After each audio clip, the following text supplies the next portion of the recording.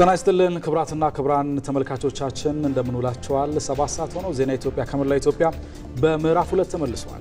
በምዕራፍ 2 እስከ 8 ሰዓት ድረስ ከናንተ ጋር ቆይታ ያደርጋል። ዜና ኢትዮጵያን እየመራን ነጻነት ፍቅሩና አሸናፊ እንዳለ አብረናችሁ ቆይታ እናደርጋለን። አስቀድመን አበይት ጉዳዮቻችንን እናስተዋውቃችሁ።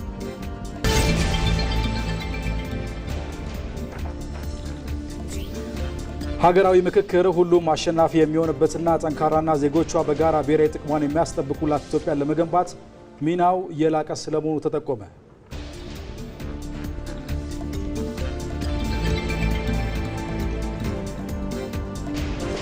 በመደመር መንግስት አቅደው እየተሰሩ ያሉ ፕሮጀክቶች በፍጥነትና በጥራት መጠናቀቅ መቻላቸው የአመራር ቁርጠኝነት ማሳያ መሆኑ ተገለጸ።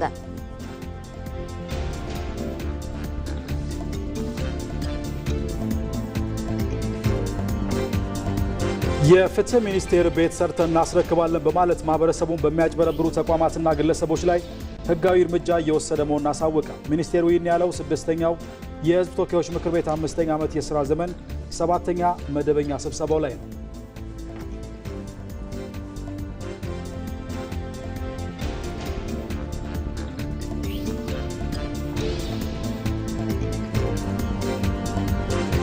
ከውጭ የተለያዩ የዓለም ሀገራት የፈረንጆችን 2026 አዲስ ዓመትን በድምቀት ተቀብለዋል።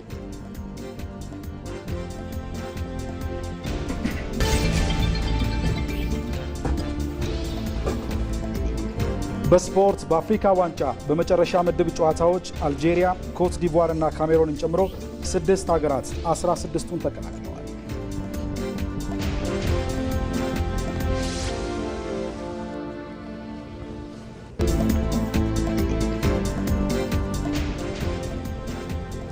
ዜና ኢትዮጵያ ከናንተ ጋር ቆይታ ያደርጋል። አብራችሁን ቆዩ።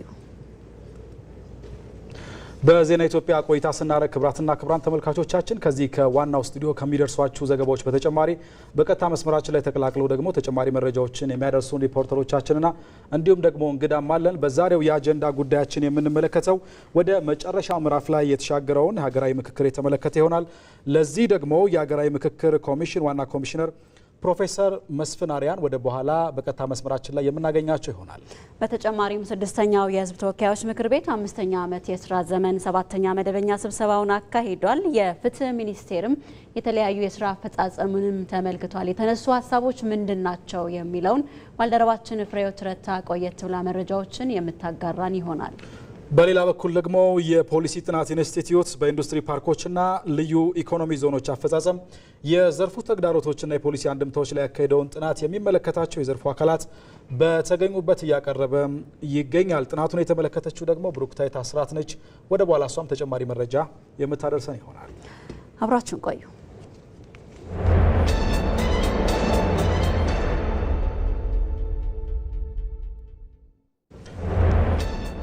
በአጀንዳነት ወደምንመለከተው ጉዳይ ነው የምናልፈው። ቀዳሚ ወዳደረግነው ዜና እናልፋለን። ሀገራዊ ምክክር ሁሉም አሸናፊ የሚሆንበት ሀገራዊ መግባባት የሚፈጠርበት ነው። ልዩነትን በውይይትና ምክክር የመፍታት ልምድ ያላቸውም የሚባልላቸው ኢትዮጵያውያን ደግሞ በጠረጴዛ ዙሪያ ይመክራሉ።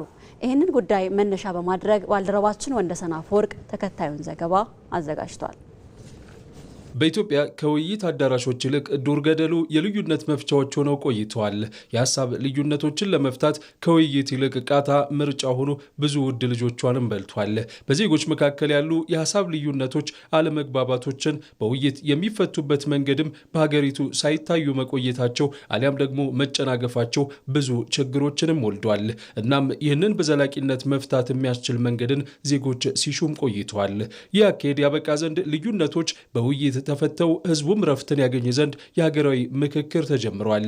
የውይይት ልምዱ አልዳበረም። ልዩነትን በሰላም ከመፍታት ይልቅ ጠመንጃ መወዝወዝ ይቀነዋል የተባለው ኢትዮጵያዊም ጾታ፣ ብሔር፣ የፖለቲካ አቋምና መሰል ልዩነቶች ሳይነጣጥሉት በጠረጴዛ ዙሪያ ቁጭ ብሎ እየመከረ ነው። በግጭትና በጦርነት አሸናፊ እንደሌለ የገባቸው ኢትዮጵያውያን እርስ በርስ መወያየትና መመካከርን ምርጫቸውም አድርገዋል። በዚህኛው አካሄድ ሁሉም አሸናፊ የሚሆኑበት መንገድ ይቀይሳል። የሰው ህይወትን የሚቀጥፍ ጥይት ሳይሆን መደማመጥ የሚቀድምበት ኢትዮጵያውያን ሰብሰብ ብለው በጋራ የሚመክሩበት ነው። ይህ ደግሞ በሀገሪቱ የሚታዩ አለመግባባቶች በውይይት የሚፈቱበትን ጊዜ ሲናፍቁ የነበሩ ዜጎች መሻት ነው። ሌላ አማራጭ የለም ከጠረጴዛ ውይይት በስተቀር ሌላ ውይይት ከዛ ውጪ መፍታት አይቻልም። በፖለቲካ ልዩነት፣ በሐሳብ ልዩነት ጦር መማዘዝ ሳይሆን በቃ እዚሁ በቃ በምክክር በሐሳብ ብቻ እዚሁ በሐሳብ መሟገት እዚያ በኋላ በሐሳብ ተሟግተን እርግጠኛ ነኝ እዚያ በኋላ በሐሳብ መሳሳብ መቀራረብም አለ። ይህ በዜጎች በጥብቅ ሲፈለግ የነበረው የሀገራዊ ምክክር ሂደት የአጀንዳ ልየታና የተወካዮች ምርጫ በአብዛኞቹ ክልሎች ተከናውኖበት ወደ መጨረሻው ምዕራፍ ደርሷል። ኢትዮጵያውያንም በሂደቱ በንቃት እየተሳተፉ የልዩነት ምንጭ የሆኑ ብንወያይባቸው ያሏቸውን ጉዳዮችም ያለገደብ እያቀረቡበት ቀጥሏል። የፖለቲካ ተንታኞች እንደሚያስቀምጡት ሀገራዊ ምክክር በህይወት ዘመን አንድ የሚገኝ እድል ነው። ሀገራት ይህንን ወሳኝ እድል ለማግኘትም በብዙ ውጣ ውረዶች ውስጥ ያልፋሉ። ታዲያ ለውጤታማነቱ ከዜጋው ባሻገር የፖለቲካ ፓርቲዎችም ትልቅ ሚናን ይጫወታሉ። በሀገሪቱ የተካሄደ በሚገኘው ሀገራዊ ምክክር ሂደትም የተለያዩ ፓርቲዎች ሀሳብ እያዋጡ በሂደቱም ተሳትፎ እያደረጉ ነው። የቀደመው የጠመንጃው መንገድ ሀገርን ለጉዳት ዳርጓታል፣ መመካከሩ ይበጃል ያሉ ፖለቲከኞችም የሀገር መዳኛው መንገድ ምክክር ነው እያሉ ይገኛሉ። እንግዲህ የምናውቀው መንገዶች አሉ። ብዙ መንገዶቻችንን እናውቃለን። የጦርነት መንገዱን ከኛ በላይ የሚያውቅ የለም። ስለዚህ የቀረን የምክክሩ መድረክ የውይይቱ መድረክ ነው። ሀገራዊ ምክክር የተወሰኑ ኢሹዎች የተወሰኑ ጉዳዮች አንኳር የሆኑ ጉዳዮች መልስ የሚያገኙበት ስምምነት ላይ የሚደረስባቸው ሀገር አቀፍ ምክክር ነው። ስለዚህ ኢትዮጵያ ማትረፍ የምትችለው አንኳር የሆኑ በጣም ለረጅም ዘመናት የተጓተቱ አጀንዳዎቻችንን ተሰባስበን ተመካክረን መቀራረብ ላይ ማድረስ ነው ልታተርፍ የምትችለው። ሀገራዊ ምክክር ሁሉም አሸናፊ የሚሆንበት ሀገርም በዜጎች መካከል ያሉ ልዩነቶች በምክክር ተፈቶ የምትሻገርበት ነው። በኢትዮጵያም ዜጎች ያለ ገደብ የልዩነት የቁርሾ ምንጭ ሆነው በቆዩ ጉዳዮች ላይ እየመከሩ ነው። ይህም ብሔራዊ መግባባትን ለመፍጠር ያስችላል። በዚህ ጉዳይ ላይ እንቆያለን። ክቡራትና ክቡራን ተመልካቾቻችን በጉዳዩ ላይ ተጨማሪ ማብራሪያ እንዲሰጡን እንግዳ ጋብዘናል። እንግዳችን የሀገራዊ ምክክር ኮሚሽን ዋና ኮሚሽነር ፕሮፌሰር መስፍን አርአያ ናቸው። በቀጥታ መስመራችን ላይ ነው የሚገኙት። ፕሮፌሰር ለጊዜዎትም ለሚሰጡን ማብራሪያም በቅድሚያ ከልብ ነው የምናመሰግነው። በሀገራዊ ምክክር በርካታ ኢትዮጵያውያን ተስፋ አድርገዋል። እንደው ጠንካራና በተለይ ዜጎቿ በጋራ ብሔራዊ ጥቅሟን የሚያስጠብቁላት ሀገር ለመገንባት ምክክሩ ምን ያክል አስተዋጽኦ ማድረግ ይችላል ብለን ማንሳት እንችላለን? አመሰግናለሁ በጣም ስለሰጣችሁኝ እድል። መጀመሪያ ዛሬ ፈረንጆች አዲስ ዓመት ነው። ስለዚህ ይህንን 2026ን ለሚቀበሉ በኢትዮጵያም ላሉ በውጭም ላሉ አድማጮችና ተመልካቾች የ2026 መልካም አዲስ ዓመት እንዲሆን በኢትዮጵያ ሀገራዊ ምክክር ኮሚሽንና በራሴ ስም እንኳን አደረሳችሁ እላለሁ። ወደ ጥያቄ ስመለስ የሀገራዊ ምክክር ለሁላችንም ቅድም አንድ ተመልካች እንዳሉት በህይወት አንድ ጊዜ የሚገኝ ትልቅ አጋጣሚ ነው። የሀገራችን ህዝቦች ለመጀመሪያ ጊዜ ዲሞክራቲክ በሆነ መንገድ ለግጭት መንስኤ ናቸው ያሏቸውን፣ ላለመግባባት መንስኤ ናቸው ያሏቸውን እጅግ መሰረታዊ የሆኑ ጉዳዮችን ነቅሰው ራሳቸው በማምጣት ለመጀመሪያ ጊዜ አርብቶ አደር አርሶ አደር ሳይባባሉ፣ የመሀል ሀገር የዳር ሀገር ሳይባባሉ፣ ሴት ወንድ፣ አካል ጉዳተኛ፣ የተገፋ የማህበረሰብ ክፍል፣ ተፈናቃይ፣ ሌሎችም ሳይባባሉ ለመጀመሪያ ጊዜ በጋራ አጀንዳዎቻቸውን አምጥተው በጋራ በተወካዮቻቸው አማካኝነት ለመምከር የተዘጋጁበት ጊዜ ነው። መምከርም በነገራችን ላይ ጀምረዋል። ከዳር ሀገርም ሆነ ከመሀል አካባቢ አጀንዳ ስብሰባ ተሳታፊዎች ልየታና አጀንዳ ስብሰባ በምንሄድበት ጊዜ ወገኖቻችን እየተመካከሩ ነው አጀንዳዎቻቸውን ወደፊት ያመጡትና ይሄ ደግሞ ግጭት ላይ ማተኮር ብቻ ሳይሆን ሀገራችንን አንድና ሁለት ሶስት እርምጃ ወደፊት ለማስኬድ ህዝቦቻችን በእኩልነት ኢትዮጵያ የጋራቸው የምትሆንበት ተከባብረው ተፈቃቅደውና ተፈቃቅረው የሚኖሩበትን ሀገር ዲሞክራቲክ በሆነ መንገድ መፍጠር ካለብን ይሄ የዲሞክራሲ የመጀመሪያው ሀሁ ነው ብዬ አስባለሁና ስለዚህ ጠንካራ ሀገር ለመመስረት መጀመሪያ ነፍጥ ኋላ ቀር የሆነ አካሄድ መሆንን ተገንዝቦ ምክንያቱም በነፍጥ የሚመጣ ሰላምን የማስከበር ሂደት ይበልጥ በተቃራኒው ሰላምን ማደፍረስ፣ አንደኛውን ተሸናፊ ሌላኛውን አሸናፊ ማድረግ እንጂ ከዛ በላይ የሚፈይደው ነገር እንደሌለ ላለፉት ቢቻል ቢያንስ በግማሽ ምዕተ ዓመት ውስጥ አስተውለናል። ስለዚህ ጠንካራ ሀገርን ለመገንባት ከእንግዲህ ወዲያ የሚያዋጣን ሁላችንም ቀደም ብሎ የተናገሩት እንደገለጹት አሸናፊ የሆነን መውጣት ካለብን በሀሳብ መፋጨት አለብን። ሀሳብን ወደፊት ማምጣት አለብን። ተከባብረን የምንነጋገር የምንደማመጥና መግባባት ላይ የምንደርስ ህዝቦች መሆን መቻል አለብን እና ለዚህ ሂደት ሀገራዊ ምክክር ፍቱን የሆነ አካሄድ ነው። የእኛን ሀገራዊ ምክክር ሂደት ደግሞ ከብዙ የዓለም ሂደቶች የተለየ የሚያደርገው የተወሰኑ ልሂቃን ወይም ምሁራን ላይ ያተኮረና በተወሰኑ አጀንዳዎች ላይ ትኩረት የሰጠ ሳይሆን ከህዝቦቻችን የሚነሱ ጥያቄዎችን በጋራ ሆነን የምንፈታበት ሂደት ስለሆነ ለልማታችንም ለጥንካሬያችንም በአካባቢው ጠንካራ ሆነን ለመውጣትም አዋጪ የሆነው ሂደት ሀገራዊ ምክክር መሆኑን መገንዘብ ይኖርብናል ብዬ ማለት እችላለሁ። መልካም ፕሮፌሰር፣ ምናልባት የምክክር ሂደቱ አሁን ላይ ወደ መጨረሻው ምዕራፍ ደርሷል እና የተሳካ ውጤት እንዲመጣ ደግሞ ይፈለጋል። ከዚህ መነሻነት ከማን ምንድን ነው የሚጠበቀው ይላሉ? ይሄ የሀገራዊ ምክክር ሂደት አካታችና አሳታፊ ነው። በመሆኑም ነው እንግዲህ ከዳር ሀገር መሀል ሀገር ሳይል የዚህ እምነት የዛ ሃይማኖት ሳይል አካል ጉዳት ሴት ወንድ ወጣት አረጋዊ ሳይል ምሁር ሊቅ ደቂቅ ሳይል ሁላችንም ባሳተፈ መልኩ በሀገር ውጭ ያለንም በሀገር ውስጥ ያለንም ሁላችንም ኢትዮጵያውያን የሀገራችን መጻኢ እድል ላይ መወሰን በጋራ ኃላፊነት ስላለብን ሁላችንም በትክክል የቀረቡ አጀንዳዎቻችን ላይ በተወካዮቻችን አማካኝነት ምክንያታዊ በሆነ አካሄድ ስሜታዊነትን መቼም በመጀመሪያዎቹ የምክክር ሂደቶች ውስጥ እንደሚያጋጥሙን እርግጠኛ ነኝ።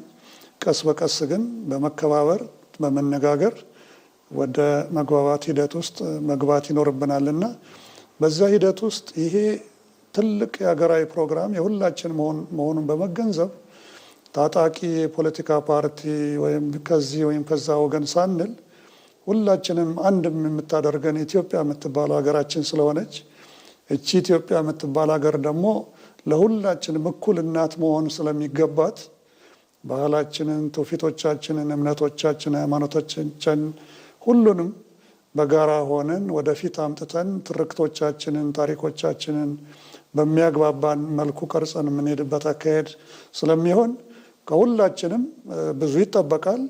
ይሄ ውጤት እንዲኖረው ብዙ መትጋት ይኖርብናል፣ መስራት ይኖርብናል። ሁልጊዜም እንደምናገረው ሀገራዊ ምክክር ይጀመራል እንጂ በዚህ ቀን ያልቃል የምንለው ሂደት አይደለም። ስለዚህ አንዴ በስርዓት ከጀመርነው ከዛ ህዝቦቻችን በየደረጃው ወጣቶቻችን፣ ሴቶቻችን ሁላቸውም እንደየ አጀንዳው ሂደት በስነ ስርዓት ለመምከር ከወዲሁ ታጥቀው አንብበው ተረድተው እና ለዚህ ለምክክር ሂደቱ አስተዋጽኦ ለማድረግ ተዘጋጅተው ሊጠብቁ ይገባል። ይህ በውጭ የሚኖሩ በተለምዶ ዲያስፖራ የሚባሉ ኢትዮጵያውያን ወገኖቻችን በተለይ ዲሞክራሲ ምን እንደሆነ ከኛ በተሻለ ከሚያውቁቱ የበለጠ ብዙ ይጠበቃል። ስለዚህ ጠንካራ ሀገር ሆነን እንድንሄድ ከተፈለገ ይሄ ምክክር ሂደት ሁላችንም አሸናፊ የሚያደርግበት ሂደት ተጠናክሮ መቀጠል ይኖርበታል። ውጤታማ መሆን አለበት ብዬ አምናለሁ። ምናልባት ፕሮፌሰር ባጭሩ ማንሳት ከቻለን የሚደረገው አጠቃላይ ሀገራዊ ምክክር የጋራ የሆነ አንድነትን መፍጠር ላይ ዓላማ ያደረገ እንደሆነ ቢታወቅም ነገር ግን ደግሞ ኢትዮጵያውያን የራሱ የሆነ ልዩነት አላቸው። ያ ልዩነት ደግሞ ውበት ሆኖ መቀጠል ይችላልና እሱም ባስጠበቀ መንገድ በተለይ ሀገራዊ ምክክሩ ምን አይነት አስተዋጽኦ ሊፈጥር ይችላል በሚለው ላይ አጠር ያለች ሀሳብ ቢሰጡን። እንግዲህ ትልቅ ሀገር ነን። 120 ሚሊዮን ወይም ከዛ በላይ ህዝቦች ነን። 85 እና ከዛ በላይ የተለያየን ብሔር ብሔረሰቦች ህዝቦች ነን እና ልዩነታችን በጣም ትልቁ ውበታችን ነው። ምክንያቱም ብዙ ሃይማኖቶች፣ ብዙ ትውፊቶች፣ ብዙ ቋንቋዎች ያሉን ሀብታም ሀገር ነን። ዝም ብሎ ወይና ደጋና ቆላ ብቻ ያለን ህዝቦች ሳንሆን እናት ሀገራችን ብዙ ምቅ ነገር በሆዷ ደብቃ ያቆየችልን ሀገር ነችና በዚህ ሁሉ ሂደት ውስጥ ከነ ልዩነታችን ከነ ውበታችን አንድነታችን አጠናክረን ለመሄድ ከተፈለገ እስካሁን ድረስ ለግጭት መንስኤ የሆኑ ለልዩነትና አንዳንድ ጊዜም እንደውም እስከ ጦርነት ድረስ ያደረሱንን ምክንያቶች ነቅሰን ብናወጣቸውና ወደ ምክክር ብናመጣቸው ሁሉም በሚባል መልኩ መፍትሄ ያላቸው ብዬ አስባለሁ። ህዝቦች በጋራ በመከባበር በተነጋገሩ ቁጥር ወደ መግባባት ይመጣሉ። ይሄ የትም ሀገር የታወቀ ነው። ሀገሮች ከግጭት እንደወጡ ድርድር ላይ ይመጣሉ። ከድርድር ወደ ዳያሎግ ወይም ወደ ምክክር ነው የሚሄዱት። ለተዋጣላቸው ደግሞ በቀጥታ ወደ ዳያሎግ ወይም ወደ ምክክር መሄዱ የበለጠ ከብዙ ውድመት ያድናቸዋል። ውድመት በሰው ህይወት፣ በአካል፣ በአእምሮ ስብራትና በመሳሰሉት እና ለዛ ደግሞ ዋና መፍትሄው ምክክር ነው። እዚህ ላይ ብዙ ሀገሮች ሰርተዋል። ያልሰራባቸውም ሀገሮች አሉት። እነኛ ያልሰራባቸውን ሀገሮች ምክንያቶችን ነቅሰን አውጥተን በእኛ ሀገር እንዲሰሩ ለማድረግ እንግዲህ ብዙ ከጥናቶች በመነሳት ብዙ ጥንቃቄዎች ያደርገናል። የውጭ ጣልቃ ገብነት፣ የውስጥ ጣልቃ ገብነትን በተቻለ መጠን አናሳ እንዲሆኑና ይሄ ሁላችንም ፕሮግራም እንዲሆን ብዙ ተሰርቶበታልና እስካሁን ድረስ 93% የሚሆነውን የሀገራችን ህዝብ ተደራሽ አድርገናል። በቀጣይነት ደግሞ በአሁኑ ሰዓት ትግራይ ከዚህ ሀገራዊ ምክክር ኮሚሽን ስራ ወደ ኋላ ማለት ስለሌለበት ወደ ክልሉ በመሄድ ከክልሉ ርዕሰ መስተዳድር ጋር በመነጋገር እዚያም ላይ ያሉ ወገኖቻችን ሌላ አካባቢ አጀንዳዎቻቸውን እንዲያመጡ እንዲያስረክቡን ባደረግነው አካሄድ መሰረት ይህን ጥያቄ አድርገን በቀጣዮቹ ቀናት አጀንዳዎችን የምንቀበልበት ጊዜ ይሆናል ብዬ ተስፋ አደርጋለሁ። በአካሄድም መላው የትግራይ ህዝብ ብዙ ጥያቄዎች ቢኖሩትም ለጥያቄዎቹ መልስም ሊሆን የሚችለው አግባብ ባለው መንገድ እነኛን ጥያቄዎች በአጀንዳ መልክ ሰንዶ ከተወካዮቻቸው ጋር በመሆን ከሌሎቹ ጋር በመሆን የሚፈታበት የመግባባት አግባብ አካሄድ ስላለ በዚያ ላይ ብዙ በቀጣዮቹ ጊዜያቶች እንግዲህ ብዙ ስራዎች ይሰራሉ ብዬ ተስፋ አደርጋለሁ። ይህንኑ ነው እንግዲህ ማለት የምንችለው። እነኚህ ስራዎች እንግዲህ ቢቻል በተፋጠኑ ቁጥር የኢትዮጵያ ሀገራዊ ምክክር ጉባኤውን የምንጠራበት ጊዜ በጣም ሩቅ አይሆንም የሚል እምነት አለኝ። መልካም። የሀገራዊ ምክክር ኮሚሽን ዋና ኮሚሽነር ፕሮፌሰር መስፍን አራያ ስለ ጊዜዎት እናመሰግናለን። ላነሳናቸው ጥያቄዎችን ምላሽ ስለሰጡ መልካም ቀን ይሁንልዎት። እኔም ስለምትሰሩት ስራ እጅግ በጣም አመሰግናለሁ። ለእኔም ስለሰጣችሁኝ ጊዜ እግዚአብሔር ይስጥልኝ። በድጋሚ መልካም የፈረንጆች አዲስ ዓመት።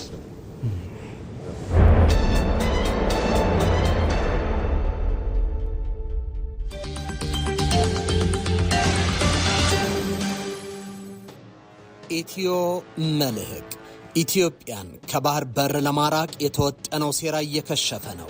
የባህር በር ጥያቄ በኢትዮጵያ ፖለቲካ ስነ ምህዳር ነውርነቱ አብቅቷል።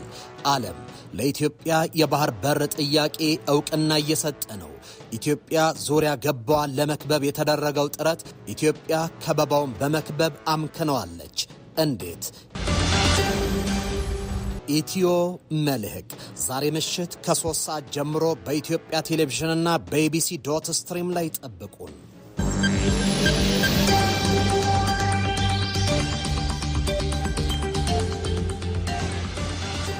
ክቡራን ተመልካቾቻችን እየተከታተላችሁ የምትገኙት ከኢትዮጵያ ቴሌቪዥን በቀጥታ ስርጭት ወደ እናንተ እየደረሰ የሚገኘውን ዜና ኢትዮጵያ ከመላው ኢትዮጵያ ነው። ወደ ሌሎች ዝርዝር ዘገባዎቻችን አልፈናል። ተጠናቀው ወደ አገልግሎት የገቡ የልማት ፕሮጀክቶች አካታች የኢኮኖሚ ተጠቃሚነትን የሚያረጋግጡ መሆናቸውን የዘርፉ ምሁራን ተናገሩ። በመደመር መንግስት እየተሰሩ ያሉ ፕሮጀክቶች በፍጥነትና በጥራት መጠናቀቅ መቻላቸውም የአመራር ቁርጠኝነት ማሳያ ስለመሆኑ ተገልጿል። አቤል ሙሉጌታ ተጨማሪ አዘጋጅቷል። በባለፉት የለውጥ ዓመታት ውስጥ በርካታ ሀገራዊ ፕሮጀክቶች ታቅደው በስራም ተተግብረው ዛሬ ላይ እውን ሆነዋል። እነዚህ ፕሮጀክቶች ደግሞ ሀገራዊ የኢኮኖሚ እድገትን ከፍ በማድረግ የዜጎችንም ተጠቃሚነትና አካታችነትንም የሚያረጋግጡ ናቸው።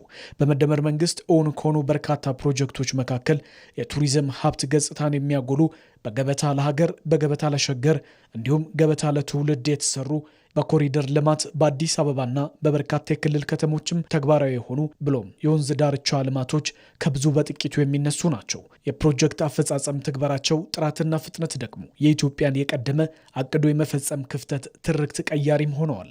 የመደመር መንግስት ባህሪያት መካከል የማድረግ አቅም አንዱ ነው። በተለይም ሁለንተናዊ ብልጽግናን እውን በማድረግ ሂደት ውስጥ ደግሞ እንደ መንግስት የሚሰሩ ፕሮጀክቶችን በተያዘላቸውና በታቀደው ልክ እንዲፈጸሙ የማድረግ አቅምን መገንባት ማለት ነው። እንግዲህ ኢትዮጵያን በበርካታ ዘመናት ሲፈትናት የነበረው የሚጀመሩ ፕሮጀክቶች መጓተታቸውና በታሰበለት ጊዜና አቅም ውስጥ ደግሞ እንዳይከናወኑ ማድረግ ነው። ይህንን ችግርም ለመፍታት መንግስት አሁን ላይ በርካታ ፕሮጀክቶችን የማከናወን አቅሙን ከፍ ማድረግ ስኬታማ ስራዎችን ሰርቷል። አዲስ አበባ ላይ ብንመለከት የፕሮጀክት የኮሪደር ልማት ስራዎችና እንዲሁም ደግሞ የወንዝ ዳር ፕሮጀክቶችን ብናነሳ በርካታ ኢኮኖሚያዊ ጠቀሜታ ያላቸው ለብዙዎችም ስራ እድል መፍጠር የቻሉ ተግባራት የተከናወኑበት ነው። ኢትዮጵያ ዛሬ ላይ የልማት ፕሮጀክቶቿን አቅዳ በፍጥነትና በጥራት ለማሳካት ምንድነው ያስቻላት የሚለው የብዙዎች ጥያቄ ቢሆንም በሲቪል ሰርቪስ ዩኒቨርሲቲ መምህርና የአመራርና አስተዳደር ምሁሩ ዶክተር መሐመድ አሊ ግን ውጤቱ የመሪዎች ጥንካሬና ቁርጠኝነት ነው ይላሉ። በተለይ የመደመር መንግስት ከምንም በላይ የጀመራቸው ፕሮጀክቶች በፍጥነት ያውም ደግሞ በሚያስደምም መልኩ ሲጠናቀቁ እያየን ያለ ነው። ይሄ ከምን የመጣ ነው ብለን ከወሰድን አንደኛ የአመራር ቁርጠኝነት፣ የአመራር ብቃት፣ ሩቅ ማሰብ፣ የታለመውን ዓላማ ከግብ ለማድረስ ጧትና ማታ ከመስራት የመጣ ነው ብዬ ነው የማስበው። በመደመር መንግስት እሳቤ በመላ ሀገሪቱ ተግባራዊ የሆኑ ያሉት ፕሮጀክቶች ኢኮኖሚውን ከማሳደግም ባለፈ የስራ ዕድልን ለበርካቶችም የሚፈጥሩም ናቸው። የኮሪደርና የወንዝ ዳርቻ ልማት ፕሮጀክቶች ለአካባቢው ልዩ ገጽታም ከመስጠት ባለፈ ብዙዎችንም ተጠቃሚም አድርገዋል። ለኛም ስራ ተፈጥሮልናል። አንደኛ እየሰራን ነው። እናም ቤተሰቦቻችን እኛ የሚተዳደርንበት ነው። የደሃ ስራ ፈጥሮለታል። እንደገና ሰፈሩ ውብ ሆነዋል። የተሻለ ህይወት ነው ያገኘነው። ድሮ እንደዚህ አልነበረም። ይሄ ሰፈር በጣም ለመሄድ ምቹ አልነበረም። ህዝብም በጣም የተቸገረው ነበር ማለት ነው። አሁን ግን በጣም ሰፋ ብሎ ህዝቡ እንደፈለገ ይራመዳል። ሰፈሩን በጣም ተቀይሮ አምሮ ይሄም ሁሉም ነገር አምሮ ይገኛል ማለት ነው። በመደመር መንግስት ሀገረ መንግስት ግንባታ ትናንት በነበሩ በጎ ጅምሮች ላይ ተጨማሪ አሻራን እየደመረ ነገን የማላቅ ተግባር ትኩረትም የሚሰጠው ነው። በመሆኑም ቀድሞ የተጀመሩ የህዝብ ጥቅምን የሚያሳድጉ ግዙፍ የተጓተቱ ፕሮጀክቶችንም እንዲጠናቀቁ የመደመር መንግስት የሚሰራ መሆኑንም ዶክተር መሐመድም ያነሳሉ። በተለይ ደግሞ ከመደመር ፍልስፍና አንጻር ካየነው ያለፉ የቆዩ መልካም ናቸው የሚባሉ ነገሮችን ማስቀጠል፣ አዳዲስ እሳቤዎችን ጨምሮበት ትልቅ አገራዊ ስዕል እንዲፈጥር ከማድረግ አንጻር ትልቅ ሚና ሲጫወት ቆይቷል። ለሀገር ይጠቅሙ የነበሩ የተለያዩ ፕሮጀክቶችን እንዲጠናቀቁ ከማድረግ አንጻር መንግስት እየተጫወተ ያለው ሚና ቀላል አይደለም። የመደመር መንግስት የልማት እቅድና ፕሮጀክቶች ሰው ተኮር እንዲሆኑ በማድረግ ለዜጎች ሁለንተናዊ ብልጽግናና ኢኮኖሚ ተጠቃሚነት መረጋገጥም መሰረትን የሚጥሉ ናቸው። የኮሪደር ልማት በተጀመረ በአጭር ጊዜ ውስጥ ውጤት የተመዘገበበት ትልቅ ሀገራዊ ፕሮጀክት ነው። ፕሮጀክቱ ምንም እንኳን ጅማሮውን በአዲስ አበባ ከተማ ቢያደርግም አሁን ላይ 70 ከተሞችን አዳርሶ ገጠር ድረስ ዘልቋል።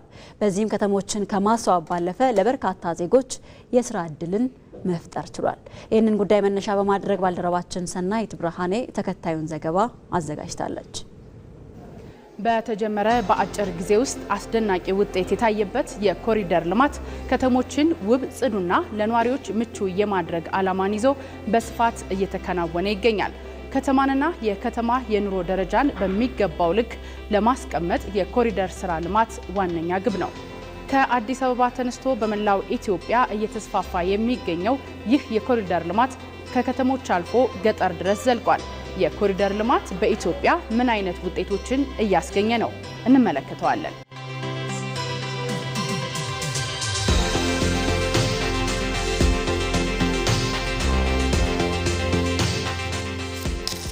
አዲስ አበባን ከመልከ ብዙ ጉድፎቿ በማንጻት ስምና ክብሯን የሚመጥን ገጽታን ለማላበስ ያለመው የኮሪደር ልማት የተጀመረው በ2016 ዓ.ም አጋማሽ ነው። የኮሪደር ልማት ስራው በምዕራፍ ተከፍሎ የተጀመረ ሲሆን በመጀመሪያው ምዕራፍ ከፒያሳ አድዋ መታሰቢያ ሙዚየም እስከ 4 ኪሎ፣ ከመስቀል አደባባይ እስከ ቦሌ ድልድይ፣ ከቦሌ አየር መንገድ እስከ መገናኛ ዲያስፖራ አደባባይ፣ ከመገናኛ ዲያስፖራ አደባባይ በ4 ኪሎ በኩል የአድዋ ድል መታሰቢያ ድረስ፣ ከፒያሳ አድዋ ድልድይ መታሰቢያ ዙሪያ ሜክሲኮ በሳር ቤት በኩል እስከ ወሎ ሰፈር ድረስ የሚሸፍን ነው። ፕሮጀክቱ አዋሳኝ ተፋሰሶችን ያቀፈ የብስክሌትና እግረኛ መንገዶችን፣ የከተማ ማስተር ፕላንን ታሳቢ ያደረገና ሌሎች ዘርፈ ብዙ ጉዳዮችንም ያካተተ ነው። የመጀመሪያው ምዕራፍ የአዲስ አበባ ኮሪደር ልማት 24 ሰዓትና ሳምንቱን ሙሉ እየተሰራና የቅርብ ክትትል እየተደረገበት በአጠቃላይ 48 ኪሎ ሜትር በመሸፈን ተጠናቋል። ሁለተኛው ምዕራፍ የኮሪደር ልማትን እንመልከት። ኮያ አደባባይ፣ ጎሮና ሰሚትን ያካተተና በአጠቃላይ 43 ኪሎ ሜትር የሚሸፍን ሲሆን ከሸገር ከተማ አስተዳደር የኮሪደር ልማት ጋር በማስተሳሰር እየተከናወነ ያለ ነው። በዚህ የኮሪደር ልማት ዋና ዋና መንገዶችን የማስዋብ፣ የእግረኛ መንገዶችን የማስፋፋትና መዝናኛ ቦታዎችን የመገንባት እንዲሁም የመንገድ ዳር መብራትና ቴሌኮሙኒኬሽን መስመሮችን በዘመናዊ መንገድ የመዘርጋት ስራ ተከናውኖበታል። በአዲስ አበባ በተከናወነው የኮሪደር ልማት ከተማዋን ልክ እንደ ስሟ ውብና ጽዱ፣ ለነዋሪዎቿ ምቹ ከማድረግ ባለፈ ለዜጎች የስራ ዕድልን የፈጠረ ሲሆን ዓለም አቀፍ ትኩረትን እንድታገኝ በማድረግ ታላላቅ አህጉራዊና ዓለም አቀፋዊ ጉባኤዎችን እንድታከናውን አስችሏታል። መነሻውን አዲስ አበባ ያደረገው የኮሪደር ልማት በሌሎች የክልል ከተሞች ባህር ዳር፣ ጎንደር፣ ጅማ፣ ሐረር፣ ድሬዳዋ፣ አዳማ፣ ሐዋሳና አርባ ምንጭ ከተሞችን ያላቸውን ውብ ገጽታ ከማጉላት ባለፈ ለብዙዎች የስራ ዕድልን በመፍጠር ከተሞችን ተመራጭ በማድረግና የኢንቨስትመንት መዳረሻ እያደረገ ይገኛል። በአዲስ አበባ የተጀመረው የኮሪደር ልማት አሁን ላይ ከ70 በላይ ከተሞች ደርሷል። ይህ ከተሞችን ለማዘመንና ለነዋሪዎች ምቹ የማድረግ ስራ ወደ ገጠር ኮሪደር ልማትም እየተስፋፋ ይገኛል። የገጠር ኮሪደር ልማትም በቤተሰብ ደረጃ የአርሶ አደሩን ሕይወት በመቀየር እንደ ሀገር የታሰበውን ብልጽግና ማረጋገጥ ነው። በማዕከላዊ ኢትዮጵያ ክልል የተጀመረው የገጠር ሽግግር መንደሮች ግንባታ አጥጋቢ ውጤት ተመዝግቦበታል። ዘመናዊ የኑሮ ዘይቤን ለገጠር ነዋሪው የማህበረሰብ ክፍል የሚያለማምድ ጅማሮ ተደርጎም ተወስዷል። ሀገራዊ ለውጡ በኋላ የመደመር መንግስት ትልቅ ትኩረት በሰጠውና በሀገር አቀፍ ደረጃ እየተከናወነ ባለው የኮሪደር ልማት የህዝቡን የነቃ ተሳትፎ ታክሎበት ውጤታማ መሆን ችሏል። በዚህም ለትውልድ መተላለፍ የሚችሉ ውብ፣ ምቹና ጽዱ ከተሞች ዳግም እየተገነቡ ነው። ተመልካቾች፣ አሁን ደግሞ ሪፖርተሮቻችን በቀጥታ መስመሮች ላይ ተገኝተው ተጨማሪ መረጃዎችን ወደሚያደርሱባቸው ዘገባዎች ተሻግረናል። ስድስተኛው የህዝብ ተወካዮች ምክር ቤት 5ኛ ዓመት የስራ ዘመን 7ኛ መደበኛ ስብሰባውን አካሄደም። የህዝብ ተወካዮች ምክር ቤት የአሰራርና የአባላት ስነ ምግባር ደንብ አንቀጽ 92 መሰረት የፍትህ ሚኒስትር ሀና አርአያ ስላሴ ከምክር ቤት አባላት ለተነሱ ጥያቄዎችና ሀሳቦች ምላሽና ማብራሪያን ሰጥተዋል። ቤት ሰርተን እናስረክባለን በማለት ማህበረሰቡን በሚያጭበረብሩ ተቋማትና ግለሰቦች ላይ ሚኒስቴሩ ህጋዊ እርምጃ እየወሰደ መሆኑንም አሳውቀዋል። በዚህ ጉዳይ ላይ ተጨማሪ መረጃ ልትሰጠን ሪፖርተራችን ፍሬዎት ረታ በቀጥታ መስመራችን ላይ ትገኛለች። ፍሬዎት እንደምንልሻል። በድጋሚ ነው ስንገናኝ። ከአባላቱ ምን ጥያቄዎች ናቸው የተነሱት? ሚኒስትሯ የሰጡት ምላሽስ ምን ይመስላል የሚለውን ጠቅላላ አድርገሽ አድርሻ። አመሰግናለሁ አሸናፊ። እንዴት ዋላችሁ? እንግዲህ ምክር ቤቱ አባላቱ የተነሱ በርካታ ጥያቄዎች አሉ። ከነዚህ ጥያቄዎች መካከል በማረሚያ ቤት ውስጥ የሚገኙ ዜጎች የሰብአዊ መብት ጥበቃን በተመለከተ እንዲሁም ደግሞ አንዳንድ አካባቢዎች ላይ ግጭቶች የተፈጠሩበት አካባቢዎች ላይ የሰብአዊ መብት ጥሰትን በተመለከተ የተነሱ ጥያቄዎች አሉ። ሌላው ደግሞ አንተም ቀደም ብለህ እንዳነሳው ከቤቶች ጋር ከቤት አልሚዎች ጋር ወይም ደግሞ ከሪል ስቴት አልሚዎች ጋር በተያያዘ እነዚህ አልሚዎች ብር ሰብስበው የሚሰወሩበት እንዲሁም ደግሞ በተባለው ጊዜ ደግሞ የማያቀርቡ አሉና ይህንን የህግን የማስፈንና ተጠያቂ ከማድረግ አንጻር ምን ስራዎች ተሰርተዋል ሲሉ ተነስተዋል። ሌላው ከዲጂታላይዜሽን መስፋፋት ጋር ተነስቶ ስለ ምህዳሩ እየተስፋፋ ነው፣ ቴክኖሎጂዎች የላቁበት ደረጃን ያህል የህግ ማዕቀፎችን ከማበጀትና ተግባራዊ ከማድረግ አንጻር ምን ደረጃ ላይ ነው የምንገኘው የሚል እንዲሁም ደግሞ የተቋሙ ሚኒስቴር መስሪያ ቤቱ ተደራሽነቱ ውስን ቦታ ነውና ሌሎች አካባቢ ላይ ተደራሽ ከመሆን አንጻር ምን ስራዎች ተነስተዋል የሚሉ የተነሱ ጥያቄዎች ናቸው ከአባላቱ። ለዚህም እንግዲህ ለተነሱ ጥያቄዎች የፍትህ ሚኒስትሯ ሀና አርአያ ስላሴ ምላሽ ሰጥተዋል። በምላሻቸውም በተለይ ከሰብአዊ መብት አጠባበቅ ጋር በተገናኘ እንትሮች ውስጥ ያሉት እስር ቤት ውስጥ ያሉት ወይም ደግሞ የህጋዊ ታራሚዎችን በተመለከተ ባለፈው በጀት ዓመት 170 ሺህ የሚሆኑ የህግ ታራሚዎችን የመጎብኘት ስልጠና የመስጠት እንዲሁም ደግሞ የመሰረተ ልማትን የማሟላት ስራዎች እንደተሰሩ ተነስቷል። የተለያየ አካባቢ ላይ ለሚነሱ የሰብአዊ መብት ጥሰቶችን በተመለከተ ደግሞ በዘላቂነት ሰላም የማይሰፍን ከሆነ የሰብአዊ መብት ጥሰቶች እንደሚከሰቱ ተነስቶ በዘላቂነት ሰላምን ለማስፈን ግን የምክክር ኮሚሽን መጀመሩን እንዲሁም ደግሞ የሽግግር ፍትህ ፖሊሲም መጀመሩ ጥሩ መነሻሻ ነው ወይም ደግሞ እንደ ውጤት ጥሩ ውጤት እናስመዘግብበታለን እናይበታለን ተብሎ የሚጠበቅ ነው ብለዋል። ከዚህም ባሻገር በመደበኛነት የፌዴራል ፖሊሶችና የአካባቢ ፖሊሶች የዚህን ሰብአዊ መብት እንዳይጣስ ወይም ደግሞ ከተጣሰ በኋላም ተጠያቂነትን ለማስፈን የተለያዩ ስራዎች እየተሰሩ ስለመሆኑ አንስተዋል። ከተደራሽነት አንጻርም የተለያዩ አካባቢዎች ላይ ንዑስ ቅርንጫፍ ጽህፈት ቤቱን ሚኒስቴር መስሪያ ቤቱ ከፍቶ እየሰራ መሆኑን አንስቶ በዚህ በበጀት ዓመት በ2018 ግን በሁሉም አካባቢዎች ላይ ንዑስ ቅርንጫፍ ጽህፈት ቤቶችን ከፍቶ ተደራሽ እንደሚሆን ወይም ደግሞ አገልግሎቱን እንደሚሰጥ አንስተዋል። ከዲጂታላይዜሽን ጋር በተያያዘ ደግሞ የህግ ማዕቀፎች ወጥቷል። እነዚህ ህግ ማዕቀፎች ግን ተግባራዊ እንዲሆኑ የክትትልና የቁጥጥር ስራዎችን በስፋት እንሰራለን የሚል ምላሽ ሰጥተዋል። ያለኝ መረጃ ይሄን ይመስላል። አሸናፊ ፍሬዎት፣ ለመረጃዎች እናመሰግናለን። ጥሩ ቀን ይሆናልሽ። በሌላኛው ዘገባችን ደግሞ የኢንዱስትሪ ፓርኮችና ልዩ ኢኮኖሚ ዞኖች ውስጥ ተሰማርተው ለሚገኙ አምራቾች የተለየ ትኩረት ሊሰጣቸው እንደሚገባ የፖሊሲ ጥናት ኢንስቲትዩት አስታወቀ። የፖሊሲ ጥናት ኢንስቲትዩት በኢንዱስትሪ ፓርኮችና ልዩ ኢኮኖሚ ዞኖች አፈጻጸም የዘርፉ ተግዳሮቶችና የፖሊሲ አንድምታዎች ላይ ያካሄደውን ጥናት የሚመለከታቸው የዘርፉ አካላት በተገኙበት እያቀረበ ይገኛል። እዚህ ጉዳይ ላይ ቆይታ እናደርጋለን። በዚህ ጉዳይ ላይ ተጨማሪ መረጃዎችን ልትሰጠን ሪፖርተራችን ብሩክታይት አስራት በቀጥታ መስመራችን ላይ ነው የምትገኘው። ብሩክታይት እንዴት ውለሻል? በተለይም ተቋሙ ባካሄደው ጥናት መሰረት ምን አይነት ግኝቶች ተገኙ? ከዛ ባለፈ እንደ ችግርስ የተነሱ ዋና ሀሳቦች ምንድናቸው የሚሉ መረጃዎችን ብታካፊ። አመሰግናለሁ ነጻነት። እንግዲህ በመግቢያሽ ላይ እንዳነሳሽው አንቺም የፖሊሲ ጥናት ኢንስቲትዩት በኢንዱስትሪ ፓርኮችና በልዩ ኢኮኖሚ ዞኖች ላይ በተለይም ደግሞ ምን አይነት ችግሮች እየገጠሟቸው ነው፣ መንስኤዎቻቸው ምንድናቸው፣ እንዲሁም ደግሞ የፖሊሲ ትግበራው ምን ይመስላል የሚለውን እነዚህ ጉዳዮች ላይ ነበረ በጥናት ያካሄደው ማለት ነው። እንግዲህ እነዚህ የኢኮኖሚ ዞኖች ወይም እነዚህ ፓርኮች በተለይም የስራ እድል ፈጠራ፣ የቴክኖሎጂ ሽግግር እንዲመጣ እንዲሁም ደግሞ ኢትዮጵያ በኢኮኖሚ ትልቅ እድገት ላይ ደርሳ የተለያዩ የተኪ ምርቶችንም አምርታ ለተለያዩ የገበያ መዳረሻዎች እንድታዳርስ እና ሀገሪቱም ተወዳዳሪ የምትሆንበትን እድሎች የሚፈጥሩ መሆናቸው ጋር በተገናኘ ነው እንግዲህ ይህን ጥናት ለማከናወን ተቋሙ የተነሳው ማለት ነው። እንግዲህ ይህ ኢንስቲትዩት ጥናት ካደረገባቸው ጉዳዮች መካከል የኢንዱስትሪ ፓርኮች በተለይም ለምን ያህል ዜጎች የስራ እድል ተፈጠረ የሚለውን በምንመለከት ሰዓት በ2024 እና 25 ለ72000 ለሚሆኑ ዜጎች የስራ እድል መፍጠር ተችሏል ማለት ነው።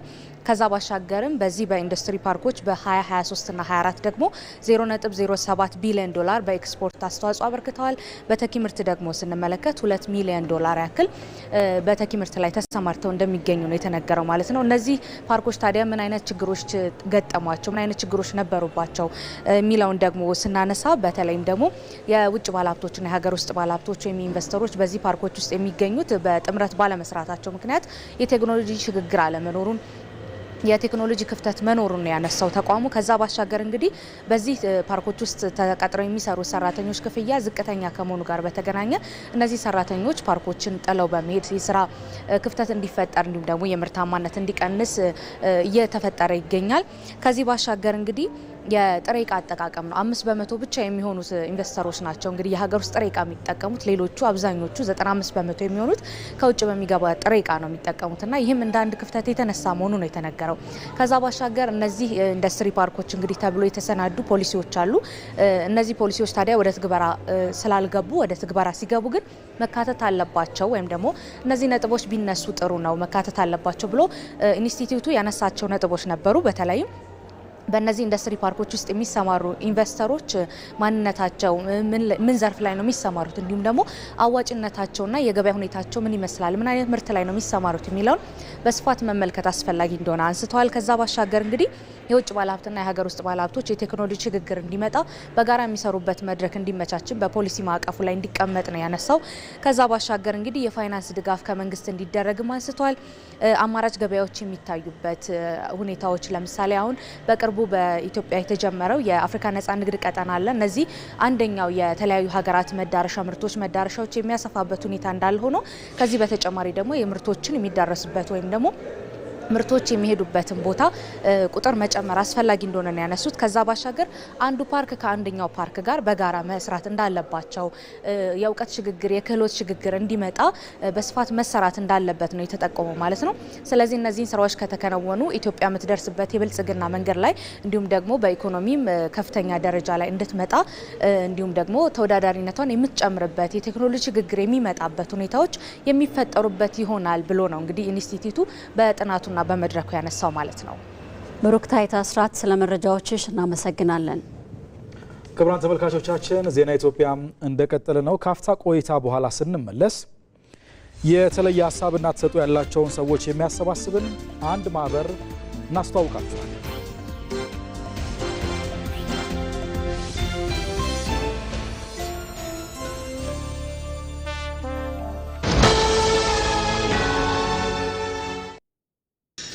እንዴት ነው አብቃቅቼ ለትዬ ብር የምሰጣቸው?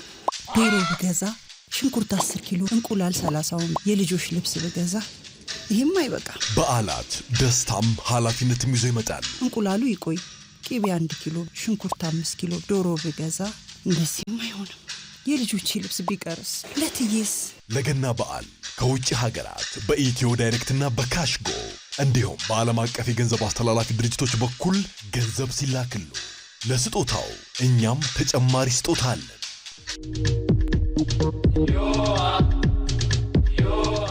ከወዳጅ ዘመድ ጋር ካሎት በፍቅር ሲጋሩ ምርቃት ጨምረን እንኳን አደረሳችሁ እንላለን።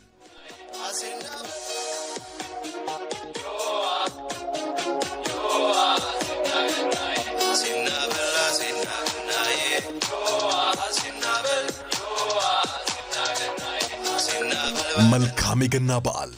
የኢትዮጵያ ንግድ ባንክ ሁሌም የሚተማመኑበት ባንክ።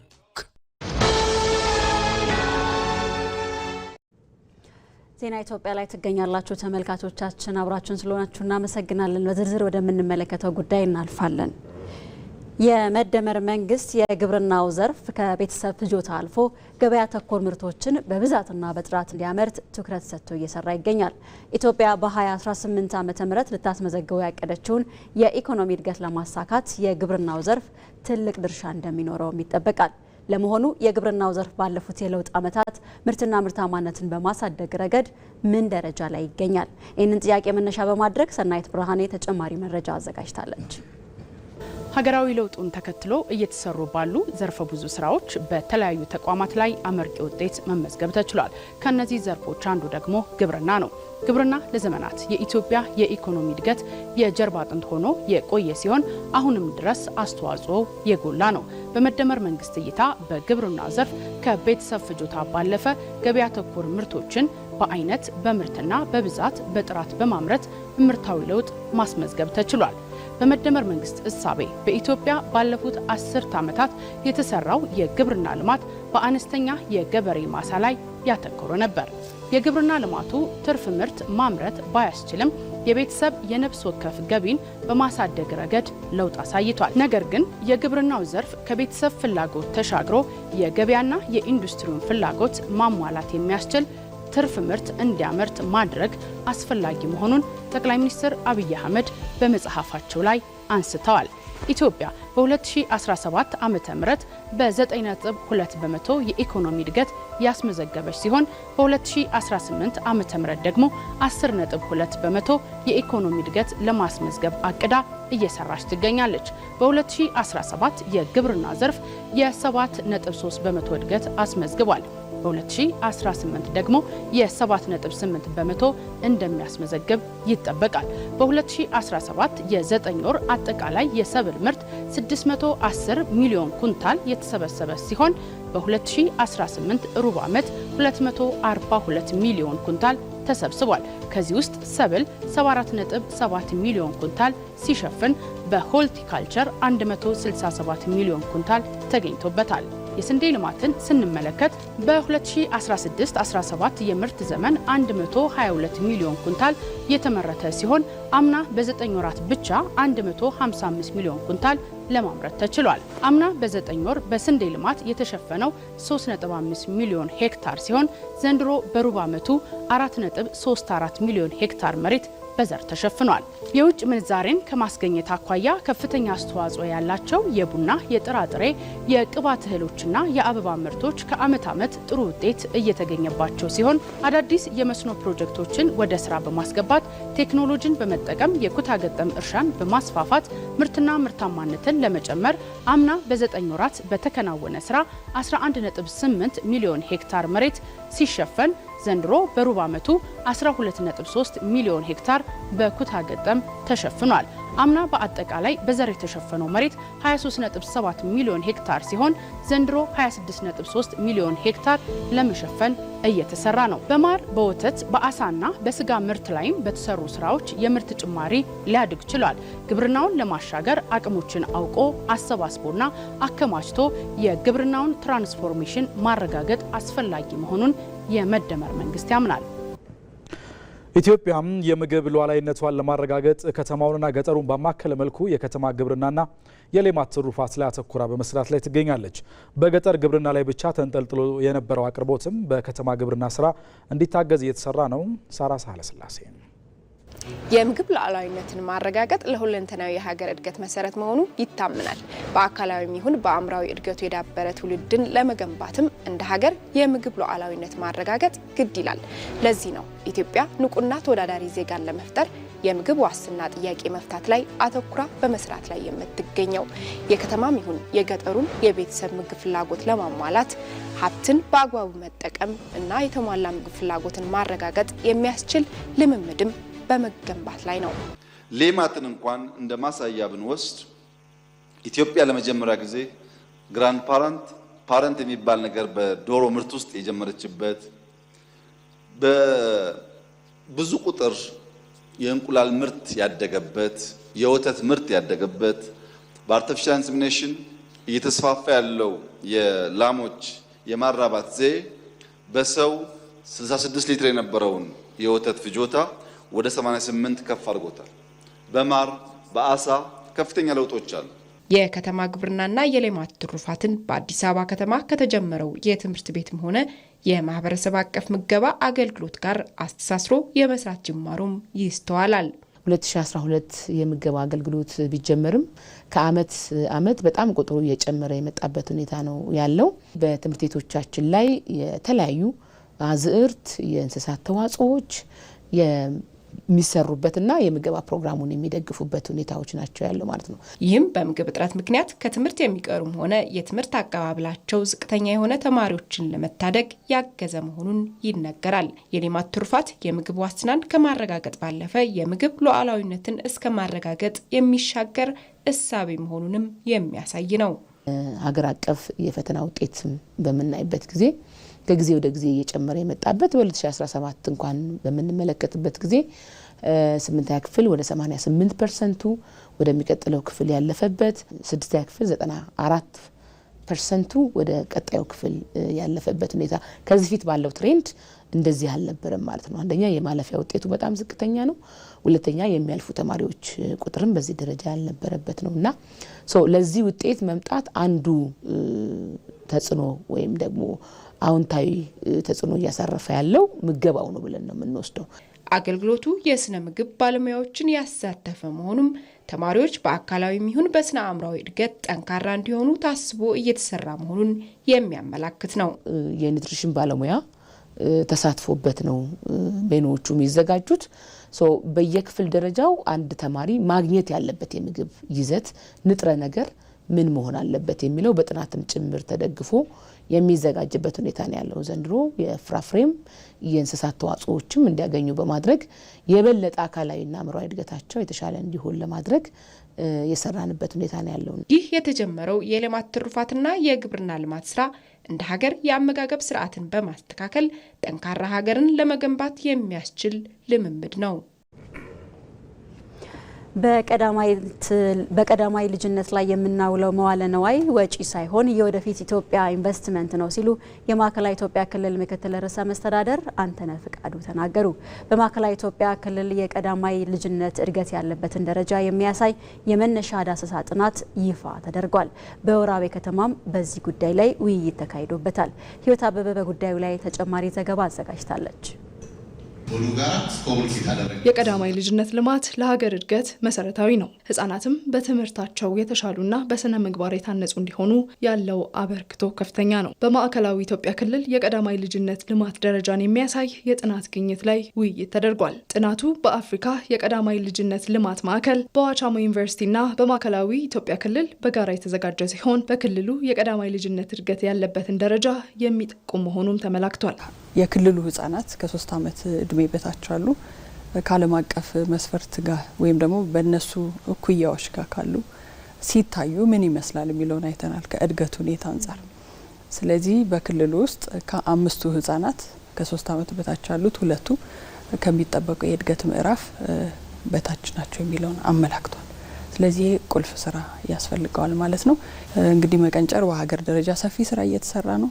ወደ ክልሉ ያገኘነው ውጤት ደግሞ ከ5 ዓመት በታች ያሉ ህጻናትን ስናይ 44 በመቶ የቀነጨሩ እንደሆነ ማየት ችለናል። በተወሰደው ናሙና ከ3 ዓመት በታች ያሉ ደግሞ 47% ነው የሚያሳየው። አሁንም ከፍተኛ ርብርብ እንደሚያስፈልግ ለእድገታቸው ቀጥተኛ የሆነ በጎ የሚሆን በጎ ያልሆነ አስተዋጽኦ እንዳለው አይተናል። የማዕከላዊ ኢትዮጵያ ክልል ምክትል ርዕሰ መስተዳደር የማህበራዊ ክላስተር አስተባባሪና የክልሉ ትምህርት ቢሮ ኃላፊ አቶ አንተነህ ፍቃዱ ቀዳማይ ልጅነት እድገት ላይ የምናውለው መዋለ ንዋይ ወጪ ሳይሆን የወደፊት የሀገሪቷ ስትራቴጂክ ኢንቨስትመንት ነው ብለው በዚህ ዙሪያ እየተሰሩ ያሉ ስራዎችን አብራርተዋል።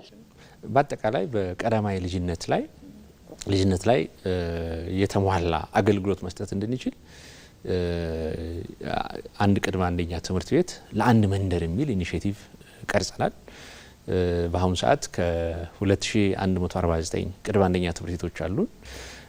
ሁለተኛ መገንባት ብቻም አይደለም፣ ደረጃውን የጠበቀ ቅድመ አንደኛ መጫወቻ ያለው የተሟላ መማሪያ ግብአት ያለው ከጤና የጤና ክብካቤን ማግኘት የሚችሉበት በሚቀጥሉት 5 ዓመታት የሚተገበር ኢኒሼቲቭ ቀርጸን እየሰራን እንገኛለን። በአካልና በአእምሮ የዳበረ በመልካም ስነ ምግባር የታነጸ ጤናማና ብቁ ዜጋን ለማፍራት ለህፃናት እድገት ወሳኝ መሆኑን የተናገሩት ደግሞ የክልሉ ጤና ቢሮ ኃላፊ አቶ ሳሙኤል ዳርጌ ናቸው። ጥናቱ ያመላከተውን መረጃ እንደ ግብዓት በመውሰድም በተለይ በቂና የተመጣጠነ ስርዓተ ምግብ ላይ ጅምር ስራዎችን አጠናክሮ እንደሚቀጥሉም ገልጸዋል። ጥናቱ እንደሚያሳየው ከሆነ እኛ ከምንጠብቀው በላይ ክልሉ መስራት ያለብን ነገር አመላካች ነገሮች አግኝተናል። ያው መቀንጨር ስታንዲንግ ተብሎ የሚታሰበው እርግጥ ከ2019 ከተጠናው ጥናት አንጻር በሀገርም ደረጃ ላይ የጨመረ ቢሆን የኛ ደግሞ አሁን ካየነው ጥናት አንጻር ዳታው የሚያሳየው ትንሽ ከሱም ከፍ ያለ ነው። ሶ ምግቡ ላይ የምግብ ስርዓቱ ላይ የምንሰራው እንደተጠበቀ ሆኖ ኒውትሪሽን ላይ መስራት ያለበት ነገር ያመላከተን ነገር አለ። ስለዚህ ቅድመ ግንዛቤ ስራዎች ላይ በተገቢ መስራት አለብን ማለት ችግሮችን ለይቶ ፈጣን ምላሽ የመስጠት ሂደት ውስጥ አሁን ከባለፈው ዓመት ዘንድሮ በተሻለ መልክ ነው የለየነው። በተለይ ኒውትሪሽን ላይ ያሉ ችግሮችን አምና የነበረን ችግር ዘንድሮ አልገጠመንም። ግን ችግሮች አልቋል ማለት አይደለም። ይሄን ቀጣይም እየፈታን የምንሄድበት ነው። የጥናቱ ውጤት በመረጃ ላይ የተመሰረተ ፖሊሲና ስትራቴጂ ለመቅረጽ ዋና መሰረት ሆኖ የሚያገለግል መሆኑም በመድረኩ ተነስቷል። ከጽንስ ጀምሮ እስከ 6 ዓመት ያሉ ልጆችን ጤንነት፣ የመማር እድል፣ በቂና የተመጣጠነ ስርዓተ ምግብ እንዲያገኙ የግንዛቤ ማስጨበጫ ስራዎች በስፋት እንደሚያስፈልጉም ተገልጿል። ተመልካቾቻችን አሁን ደግሞ ካፍታ ቆይታ በኋላ ወደ እናንተ እናደርሳለን በሚል ወደ አስተዋወቅናችሁ ጉዳይ ነው የምናልፈው። ማህበረሰባዊያን የተሰኘ ማህበር ሀገር በቀል እውቀቶችንና ምርቶችን ከሀሳብ ወደ ተግባር ለማውረድ የዜጎች የመስሪያ ቦታ በማመቻቸትና ከሰዎች ጋር በማገናኘት እየደገፈ ይገኛል። ይህም ሀሳብ ያላቸውን ሰዎች ያሰባሰበ ማህበር እንዲባል አስችሎታል። መቅደላዊት ደረጀ ከማህበሩ መስራች ጋር ቆይታ አድርጋለች።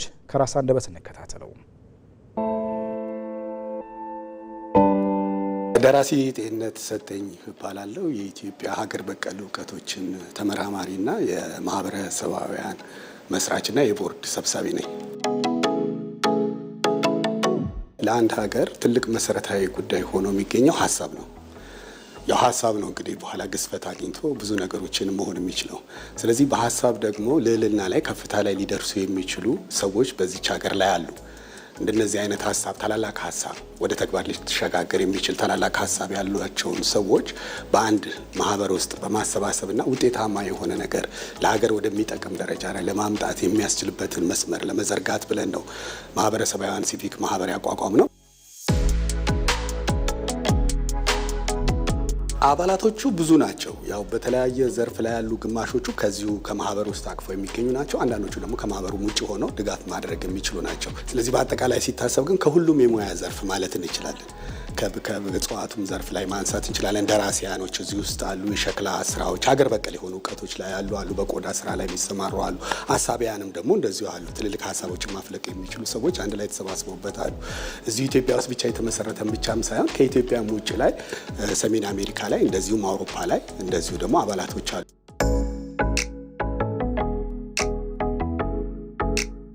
አንዱ ትልቅ መሰረታዊ ጉዳይ እኛ የምናሰምረው ነገር ሀሳብን ብቻ ሳይሆን ሀሳብ ወደ ተግባር ሊተረጎም የሚችል መሆን አለበት የሚል ጠንከር ያለ አቋም አለን። ማህበሩ የሚያደርጋቸው ነገሮች ምንድነው? ሀሳብ ያላቸውን ሰዎች ወደ ንድፍ እንዲያመጡት፣ ከተቻለ ደግሞ ንድፉን ደግሞ ወደ ተግባር ማምጣት እንዲችሉ፣ ወደ ንድፍ ስልሽ ሌሎች ሰዎች ሊሰሯቸው የሚችሉ ሌሎች የሚመለከታቸው አካላት ሊሰሯቸው የሚችሉ ንድፎችን እናዘጋጃለን። የሚጠቅሙ ጉዳዮችን ማንሳት እንችላለን ማለት ነው። ለምሳሌ በሸክላ ስራ ላይ ላምጣልሽ። በሸክላው ስራ ብንመጣ የግንባታ ቴክኖሎጂውን በአንድ ደረጃ ላይ ማሳደግ ይቻላል ማለት ነው። ወደ አፈሮቹ ወደ ምናምን በመምጣት ማለት ነው። በዛ አይነት መንገድ ብንገባ ብለን በዛ በኩል ላይ ብዙ ስራዎችን ሰርተናል።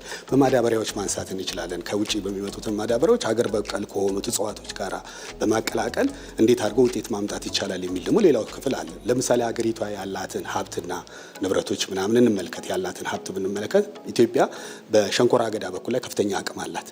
ስለዚህ ይህንን የሸንኮራ አገዳም ወደ ከፍታ ማምጣት የሚቻልበት መንገድ እንዴት ነው የሚለውን ደግሞ ማምጣት ያስፈልጋል ማለት ነው። ብዙ ሀሳቦች አሉ ከኛ ጋር ወጥተው ተግባራዊ ለማድረግ የሞከርንባቸው መንገዶች አሉ። አንደኛው ይሄ አሁን ያልኩሽን የዚህ የሸንኮራውን ጉዳይ ነው። ትልቁ ነገር ግን ያለው ሸንኮራ ውስጥ መድኃኒትነቱ ነው። ለምሳሌ በኢትዮጵያ ውስጥ ብንመለከት እኛም አሁን ባለን ጥናት በአብዛኛው ገዳማቶቹ ናቸው የሸንኮራ አገዳ ክምችት ያላቸው። እንደዚሁም ደግሞ ሙዞች አሉ። ሙዙም እንደዚሁ ደግሞ ከፍተኛ ጥቅም ያላቸው ናቸው። እነዚህን ነገሮች ወደ ተግባር ማስገባት ያስፈልጋል ብለን አሁን ለጊዜው የሸንኮራ አገዳውን ወደ ተግባር አስገብተ ነው በተለያዩ እጽዋቶች ጋር በማገናኘት ጠቃሚ ናቸው ከሚባሉት እጽዋቶች ለምሳሌ ከከርቤው ጋር በማገናኘት ከርቤውን ቀጥታ ከሚወስዱት ሰዎች ከዚሁ ከሸንኮራ አጎራው ጋር ይሰራል። በሸክላ ስራዎቹ ቀደም ብዬ እንደነገርኩሽ እነሱም ወደ ተግባር ገብተው ውጤት ላይ መጥተው እንዲሸጡና ተማሪዎችም እንዲማሩ እንዲሰለጥኑ የማድረግ ነው። ሌላው ሀሳብን ከፍታ ላይ ለመስጠት ትልቁ ሚና የሚጫወተው ሙዚቃው ነው። ስለዚህ የኢትዮጵያ ሙዚቃ ደግሞ በዓለም አቀፍ ደረጃ ላይ ከፍታ ለመምጣት ከብሉዝ ጋር ለማገናኘትና ኢትዮጵያ ሙዚቃዎቹ ዓለም አቀፍ ሆኖ መሰማት የሚችሉበትን ደረጃ ደግሞ ማምጣት ነው። ስንቀጥልም ደግሞ ኢትዮጵያ በያሬድ ሙዚቃዎች ላይ ከፍተኛ አቅምም ስላላት እነኚህን ደግሞ ለዓለም አቀፍ ማስተዋወቅ ስራን መስራት ነው። እነዚህን ሁሉ እየሄድንባቸው ሁሉንም በየቦታቸው ላይ እነዚህን ስራዎች እየሰራናቸው ነው።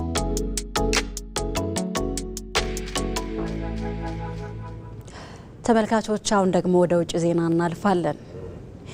የተለያዩ የዓለም ሀገራት የፈረንጆችን 2026 አዲስ ዓመትን በድምቀት ተቀብለዋል። በርካታ የዓለም ሕዝብም በየአካባቢው አደባባይ በመውጣት በደማቅ ርችቶች የታጀበ ትርኢትን አሳይቶ አክብሯል። ሳራ ሳህለ ስላሴ የተለያዩ ምንጮችን ተመልክታ ተከታዩን ዘገባ አዘጋጅታለች።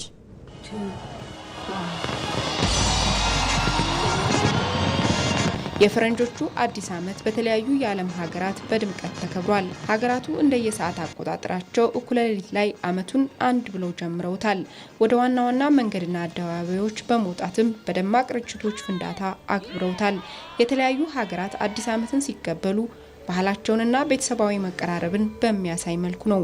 አደባባዮችም በተለየ መልኩ አዲስ ዓመት መግባትን በሚያበስሩ መብራቶች አሸብርቀው በቴሌቪዥን መስኮቶች ላይ ተስተውለዋል። የፈረንጆቹ 2026 አዲስ ዓመት ዓለም በኑሮ ውድነት፣ የአየር ንብረት ለውጥ ባስከተላቸው ከፍተኛ ሙቀት፣ ጎርፍና የመሬት መንሸራተት፣ ድርቅ፣ ረሃብ እንዲሁም ጦርነትና መፈናቀል በተጎሳቆለችበት ወቅት የተከበረም ነው። በርካቶች አዲሱ ዓመት ለዓለም ሰላምና መረጋጋት እንዲሁም ሌሎች መልካም ነገሮች የሚከሰቱበት እንዲሆንም የተመኙበት ነው። ባሳለፍነው የፈረንጆቹ 2025 ዓለም ላይ ከተከሰቱ አበይት ክንውኖች መካከልም የዓለም የፖለቲካና ኢኮኖሚ አካሄድ ላይ ከፍተኛ ተጽዕኖ ሲያሳድሩ የሚስተዋሉት የአሜሪካው ፕሬዝዳንት ዶናልድ ትራምፕ ወደ በትረ ስልጣን የተመለሱበት ሆኖ ይታወሳል። ወደ ስልጣን መምጣታቸውን ተከትሎ እንደ ካናዳና ሜክሲኮ እንዲሁም ቻይና ጋር የገቡበት የንግድ ታሪፍ ሰጣ ገባም አይረሳም። የእስራኤል ጋዛ ጦርነት እንዲረግብ፣ ሩሲያና ዩክሬን ወደ ሰላም ድርድር እንዲመጡ እንዲመጡ የሰሩበት ዓመት ሆኖም ይታወሳል። በአንጻሩ እስራኤልና አሜሪካ ኢራንን ለማንበርከክ የኒውክሌር መሰረተ ልማቶቿን ለማውደም ጥቃት የሰነዘሩበት ለ12 ቀናት የዘለቀ ጦርነትንም ያደረጉበት እንደነበር ይታወሳል። የድሆች አባት በመባል የሚታወቁትና ዓለም ላይ በጎ ተጽዕኖን በመፍጠር የሚታወሱት የካቶሊክ ሊቀ ጳጳስ ፍራንሲስ ህልፈተ ህይወትና እሳቸውን የተኩት ርዕሰ ሊቀ ጳጳሳት ሊዮ 14ኛ የተተኩበት ሆኖም ዓመቱ ይታወሳል። የተገባደደው የአውሮፓውያኑ አዲስ ዓመት ሀገራችን ኢትዮጵያም ህዳሴ ግድብን በማጠናቀቅ ዓለም አቀፍ መነጋገሪያ የሆነችበት ነበር።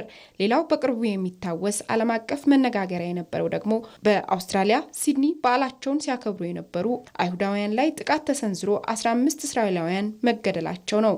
ይህን ተከትሎም ሀገሪቱ ባልተለመደ መልኩ በርካታ ፖሊስን በማሰማራት አዲስ ዓመትን በአደባባይ ለማክበር ተገዳለች። ለተጎዱት ወገኖች ክብርን ለማሳየትም የአርምሞ ደቂቃዎችን በመስጠት እኩለ ሌሊት ላይ ነጭ ርችት በማፈንዳት ለሰላም ያላትን ቁርጠኝነት በማሳየት አክብረዋለች።